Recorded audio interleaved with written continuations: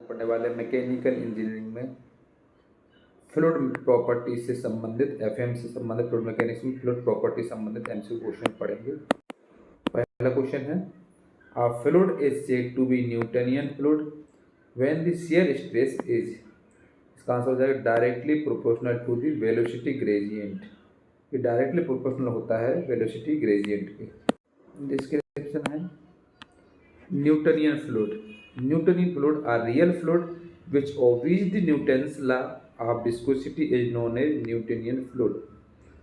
जो real fluid होता है और न्यूटन्स लॉ ऑफ विस्कोसिटी इसमें होता है, इसको हम न्यूटोनियन फ्लूइड बोलते हैं। न्यूटन फ्लूइड की definition are real fluid which obeys the Newton's law of viscosity is known as a Newtonian fluid. We know that Newton's law of viscosity होता है शियर स्ट्रेस टाउ समानुपाती होता है D upon D Y, directly proportional होता है D U upon D Y के, जो कि वेलोसिटी ग्रेडियंट होता है। तो टाउ इक्वल टू हम कांस्टेंट लेते हैं म्यू, तो आ जाएगा tau equal to mu into D U upon D Y, जहाँ पर म्यू होता है dynamic viscosity of fluid. So जो शियर स्ट्रेस होता है वो डायरेक्टली प्रोपोर्शनल होता है वेलोसिटी ग्रेडियंट के, वेलोसिटी ग्रेडियंट के, वेलोसिटी ग्रेडियंट के वो होता है डायरेक्टली प्रोपोर्शनल। तो उसको अगर हम लिख देंगे तो tau directly proportional into D U upon D Y, इसको हम प्रोपोर्शनल हटाएंगे तो इक्वल करने के लिए हम म्यू लगा देंगे, कांस्टेंट रहेगा। तो tau equal to mu into D U upon D Y हो जाएगा, जहाँ पर म्यू रहेगा dynamic viscosity of fluid. Example Newtonian fluid के, सबसे पहले न्यूटनियन फ्लूइड जो होता है डायग्राम इस टाइप से होता है। ऊपर जो है वो शियर स्ट्रेस है, यहाँ पर वेलोसिटी ग्रेडियंट है जो D U upon D Y है, ये डायरेक्टली प्रोपोर्शनल होता है। तो डायरेक्ट प्रोपोर्शनल यहाँ पर म्यू आ जाएगा और यहाँ पर 1 आ जाएगा। ये जो होता है ये न्यूटनियन फ्लूइड होता है, डायरेक्टली प्रोपोर्शनल होता है, इसलिए इसकी स्ट्रेट लाइन बना देते हैं। इसके बाद जैसा हम शेयर स्ट्रेस में इफेक्ट करेंगे तो हमको वेलोसिटी ग्रेडियंट में दिख जाएगा। एग्जाम्पल न्यूटनियन फ्लूइड के कौन कौन से होते हैं, वाटर, अल्कोहल, गैसोलीन, एयर और केरोसिन, ये सब न्यूटनियन फ्लूइड के अंतर्गत आते हैं। वाटर, अल्कोहल, गैसोलीन, एयर और केरोसिन। अगला क्वेश्चन है, A fluid is one which can be defined as a substance that, answer हो जाएगा can deform indefinitely under the action of the smallest shear force, can deform indefinitely under the action of the smallest shear force। अगला question है, the dimension of surface tension is, surface tension का dimension क्या होता है, इसका answer है mt/2। इसको हम सॉल्व भी करेंगे, कैसे होता है इसको हम जानेंगे। सरफेस टेंशन मतलब इसको सिग्मा से डिनोट करते हैं, ये इक्वल टू फार्मूला होता है फोर्स अपॉन लेंथ। फोर्स मतलब F अपॉन लेंथ मतलब L। तो फोर्स की यूनिट होती है न्यूटन और लेंथ की यूनिट होती है मीटर। तो न्यूटन पर मीटर होता है, न्यूटन जो होता है वो होता है किलोग्राम मीटर पर सेकंड स्क्वायर के बराबर। 1 न्यूटन इक्वल टू होता है 1 किलोग्राम मीटर पर सेकंड स्क्वायर के बराबर, अपॉन मीटर जो रहेगी वो रहेगी लेंथ। इसके बाद क्या करते हैं, मीटर और मीटर को हम कैंसिल कर देते हैं, तो यहाँ पर बचता हमारे पास किलोग्राम पर सेकंड स्क्वायर। तो किलोग्राम किसका होता है, मास का होता है, मतलब m दिखा सकते हैं इसका हम। और इसमें एल का कोई रोल नहीं है, लेंथ का कोई रोल नहीं है, और टाइम जो सेकंड दिया हुआ स्क्वायर है तो इसको हम ऊपर ले जाएंगे तो -2 हो जाएगा, तो t/-2। तो इसका हमारे पास आ जाएगा, इसका जो आंसर आ जाएगा, आंसर क्या आ जाएगा इसका आंसर आ जाएगा, यहाँ 0 L हट जाएगा तो यहाँ हो जाएगा mt/-2, इसका आंसर हो जाएगा। इसमें हम टिक लगा देंगे mt/-2। The dimension of surface tension, surface tension की डायमेंशन होती है mt/-2 के बराबर। अगला क्वेश्चन है, the dimension of surface tension is, ये होती है joule per metre square. Surface tension की जो डायमेंशन होता है वो होता है जूल पर मीटर स्क्वायर। इसको सॉल्यूशन में समझेंगे। सरफेस टेंशन क्या होता है, it is defined as force per unit length. जो फोर्स होता है पर यूनिट लेंथ पे लगता है उसको हम सरफेस टेंशन बोलते हैं। तो it is defined as force per unit length. Surface tension is also defined as the surface energy per unit area. जो सरफेस टेंशन होता है उसको हम डिफाइन करते हैं surface energy per unit area पर। ऐसा यूनिट ऑफ सरफेस टेंशन होती है न्यूटन पर मीटर, और एक होती है जूल पर मीटर स्क्वायर। तो डायमेंशन ऑफ सरफेस टेंशन होती है, जो कि डायमेंशन में अगर देखते हो तो mt/-2 होती है। तो हमारे पास ऐसा unit joule per metre square होता है और एक न्यूटन पर मीटर स्क्वायर होता है। तो जूल पर मीटर स्क्वायर इसका आंसर हो जाएगा, इसका आंसर हो जाएगा जूल पर मीटर स्क्वायर। अगला क्वेश्चन है, if P is the gauge pressure within a spherical droplet, then gauge pressure within a bubble of the same fluid and same size will be, इसका answer हो जाएगा 2P। इसको solve करेंगे। यदि P एक gauge pressure है, वो spherical droplet में है, तो गेज प्रेशर जो होता है वो बबल का सेम फ्लूइड पर क्या होगा इसकी साइज।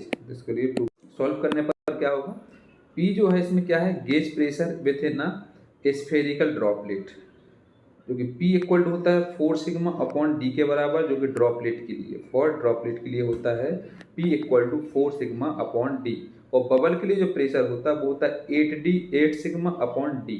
ये किसके लिए होता है, बबल के लिए, फॉर बबल के लिए।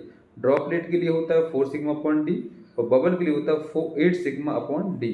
तो P बबल इक्वल टू हो जाएगा 2 इंटू P ड्रॉपलेट, तो डबल होता है ये।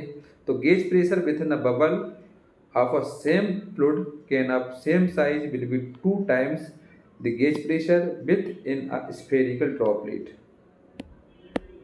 तो क्या हो जाएगा, 2P के बराबर हो जाएगा, मतलब इसका प्रेशर जो है डबल हो जाएगा। नेक्स्ट क्वेश्चन है, kinematic viscosity of air at 20 degree centigrade is given to be 1.6 into 10⁻⁵ metre square per second. Its kinematic viscosity at 70 degree centigrade will be varying approximately।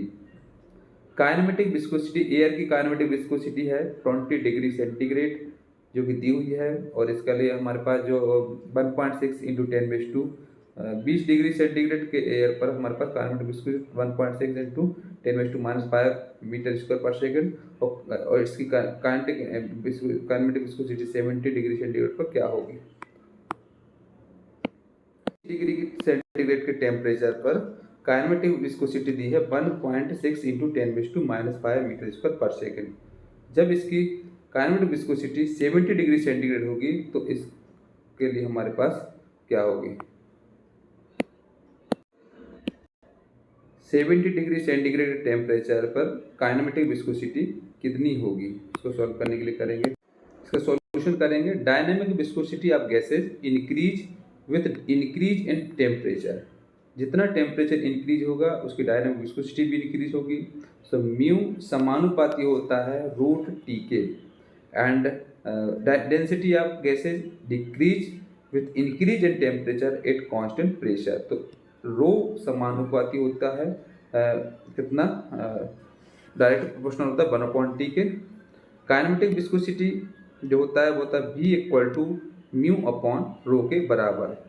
V व्युत्क्रमानुपाती होता है root T upon 1/t। ये मतलब ये हो जाता है कितना, T⁻3/2 के बराबर। तो V upon T⁻3/2 equal to C हो जाता है।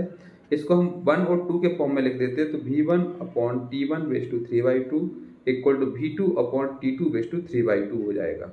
जहाँ पर पहला टेम्परेचर दिया है 20 डिग्री सेंटीग्रेड, इसको केल्विन में चेंज किया तो 20 + 2 73 केल्विन, मतलब 293 केल्विन हो जाएगा। और V1 जो हमको दिया है डायनेमिक विस्कोसिटी वो दिया है 1.6 into 10⁻⁵ metre square per second.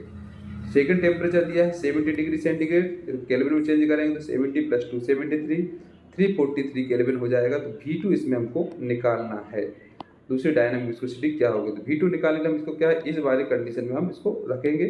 इसमें जब हम रखेंगे तो इसको हम लिखेंगे इस वाले में, तो V1 आ जाएगा 1.6 इंटू 10⁻⁵ अपॉन T1 हो जाएगा 293/2 upon 3/2 equal to V2 upon जो T2 रहेगा वो 343/3/2 हो जाएगा। V2 इक्वल टू आंसर हो जाएगा 2.02 into 10⁻⁵ metre square per second के बराबर। इसकी जो काइनेमेटिक विस्कोसिटी होगी 70 डिग्री सेंटीग्रेड पर, वो कितनी होगी, ये होगी 2.2 into 10⁻⁵ metre square per second. Next है the SI unit of kinematic viscosity V is, kinematic viscosity V की SI यूनिट क्या होती है, मीटर स्क्वायर पर सेकेंड होती है। इसको सॉल्यूशन करेंगे। काइनेमेटिक विस्कोसिटी जो कि V होता है, इसके इक्वल टू होता है dynamic viscosity mu upon density rho के बराबर। तो V equal to mu upon rho, जो कि म्यू होता है डायनामिक विस्कोसिटी और रो होता है डेंसिटी। म्यू की जो यूनिट होती है वो होता है न्यूटन सेकंड पर मीटर स्क्वायर, और डेंसिटी की यूनिट होती है kilogram per metre base to cube. इसको हम सॉल्व करेंगे तो kilogram metre upon metre square per second into S upon ये हो जाएगा metre square into 1 upon kilogram per metre base to cube हो जाएगा। जो न्यूटन है 1 न्यूटन इक्वल टू कितना हो जाएगा 1 किलोग्राम मीटर पर सेकंड स्क्वायर। तो इसको क्या है, जो इसमें किलोग्राम है जहाँ पर न्यूटन दिया हुआ है, इसको हमने ये लिख दिया है किलोग्राम मीटर अपॉन ये लिख दिया सेकंड के square into S upon M square into 1 upon K G. तो इसको हम कैंसिल वगैरह करेंगे तो मीटर स्क्वायर पर सेकंड आ जाएगी इसकी यूनिट। अगला क्वेश्चन है फॉर अ न्यूटनियन फ्लूइड, इसमें होता है shear stress is proportional to rate of shear strain. जो शियर स्ट्रेस होता है वो प्रोपोर्शनल होता है रेट ऑफ शियर स्ट्रेन के। क्वेश्चन करेंगे फॉर न्यूटनियन फ्लूइड में टाउ डायरेक्ट प्रोपोर्शनल होता है किसका D O upon D Y. Tau equal to हो जाएगा mu into D O Y पर डी वाई, जहाँ पर टाउ होता है शियर स्ट्रेस और D O upon D Y होता है rate of shear strain. Next question है assuming constant temperature condition and air to be an ideal gas, the variation in atmospheric pressure with height calculated from fluid statics is, इसका answer हो जाएगा exponential. इसको solve करेंगे